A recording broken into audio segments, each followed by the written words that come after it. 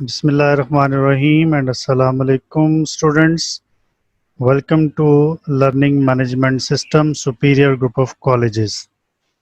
Myself Professor Iftikhar Bhatt.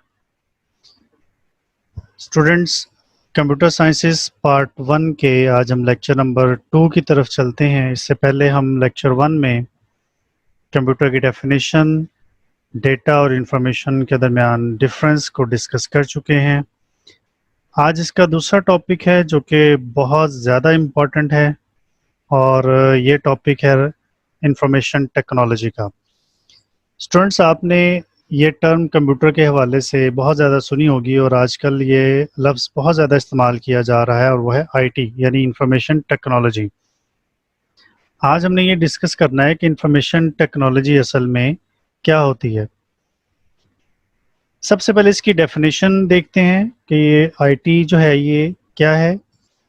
Information technology is the technology that merges computing with high speed communication links carrying data in the form of text, sound, images, video from place to place over this global village।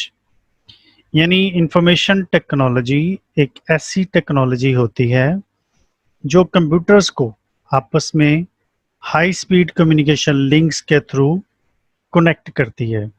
यानी computers आपस में network किए जाते हैं high speed communication links को use करते हुए, ताकि जो डेटा हमारा है, चाहे वो टेक्स्ट की फॉर्म में है या साउंड की शक्ल में है या इमेजेस की फॉर्म में है या वीडियो फॉर्म में है, उसको एक जगह से दूसरी जगह ट्रांसफ़र किया जा सके, ले जाया जा सके इस पूरी दुनिया के अंदर।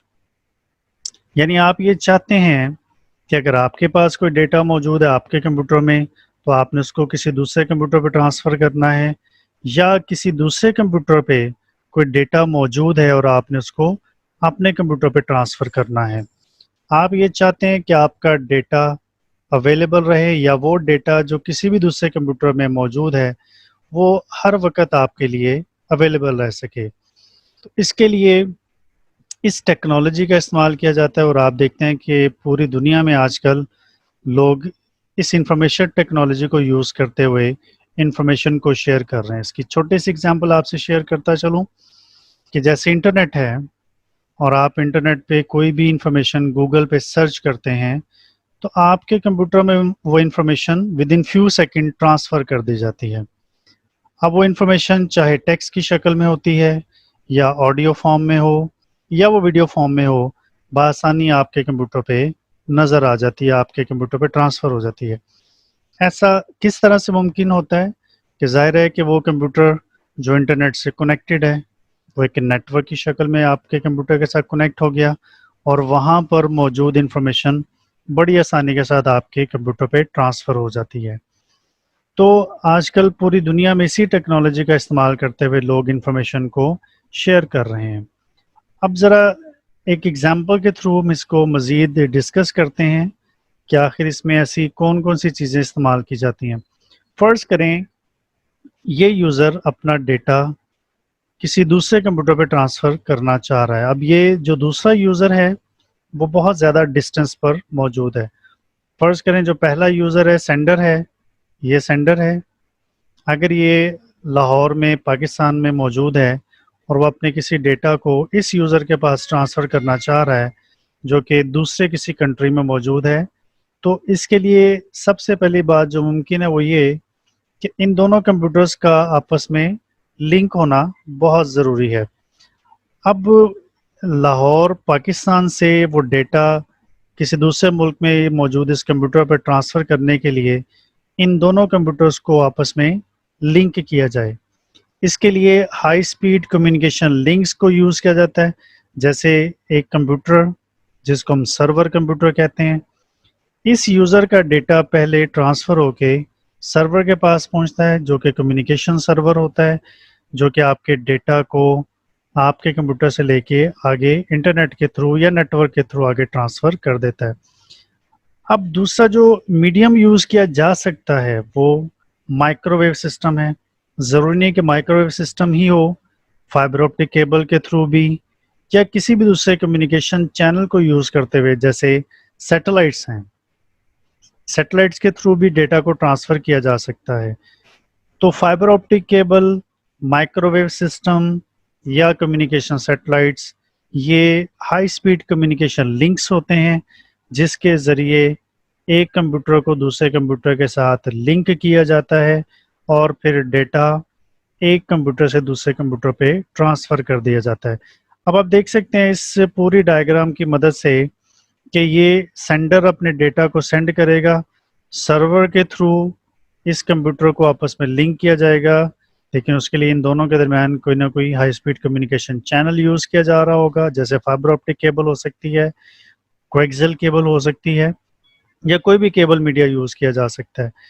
یہ کمپیوٹر آپس میں لنک ہوں گے، اس کے بعد پھر یہاں سے سرور کے through data microwave system جس کو یوز کیا جا سکتا ہے وہاں پہ ٹرانسفر کیا جاتا ہے، اور پھر مائکرو ویو سسٹم سے وہ ڈیٹا سیٹلائٹس کے تھرو دوسرے یوزر تک ٹرانسفر کر دیا جاتا ہے.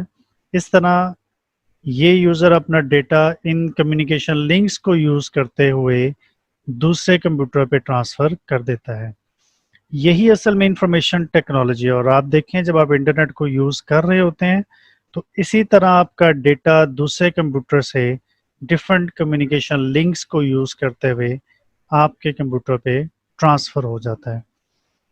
تو اسٹوڈنٹس، انفارمیشن ٹیکنالوجی میں جو سب سے اہم ٹرم یوز ہوتی ہے وہ ہے ڈیجیٹل کنورجنس.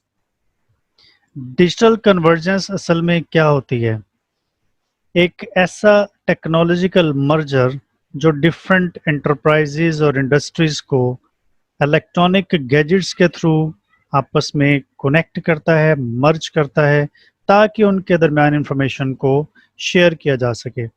اب یہاں پہ ایک لفظ یوز ہوا ہے ٹیکنالوجیکل مرجر. اس کا مطلب ہے کہ کوئی نہ کوئی ٹیکنالوجی کو یوز کیا جا رہا ہے جس میں کمپیوٹرز موجود ہیں، جس میں ہائی اسپیڈ کمیونیکیشن لنکس موجود ہیں، اور ان کمیونیکیشن لنکس کو یوز کرتے ہوئے یہ جو ڈفرینٹ انٹرپرائزز یا ڈفرینٹ انڈسٹریز ہیں، ڈفرینٹ سیکٹرز ہیں جس میں گورنمنٹ سیکٹرز اس میں موجود کمپیوٹرز ہیں، لوگوں کے بزنس میں یوز ہونے والے کمپیوٹرز ہیں، یا ان کی انڈسٹریز میں یوز ہونے والے کمپیوٹرز ہیں، وہ آپس میں ایک دوسرے کے ساتھ لنک کیے جاتے ہیں تاکہ انفارمیشن ان کے درمیان ایکسچینج کی جا سکے. یہ پکچر آپ کو واضح طور پہ بتا رہی ہے کہ ڈفرینٹ انڈسٹریز یا وہ کمپیوٹرز جو ڈفرینٹ ایریاز میں یوز کیے جا رہے ہیں ان کو آپس میں ڈفرینٹ کمیونیکیشن گیجٹس اور میڈیا کے تھرو کنیکٹ کیا جا رہا ہے تاکہ کمپیوٹرز آپس میں انفارمیشن کو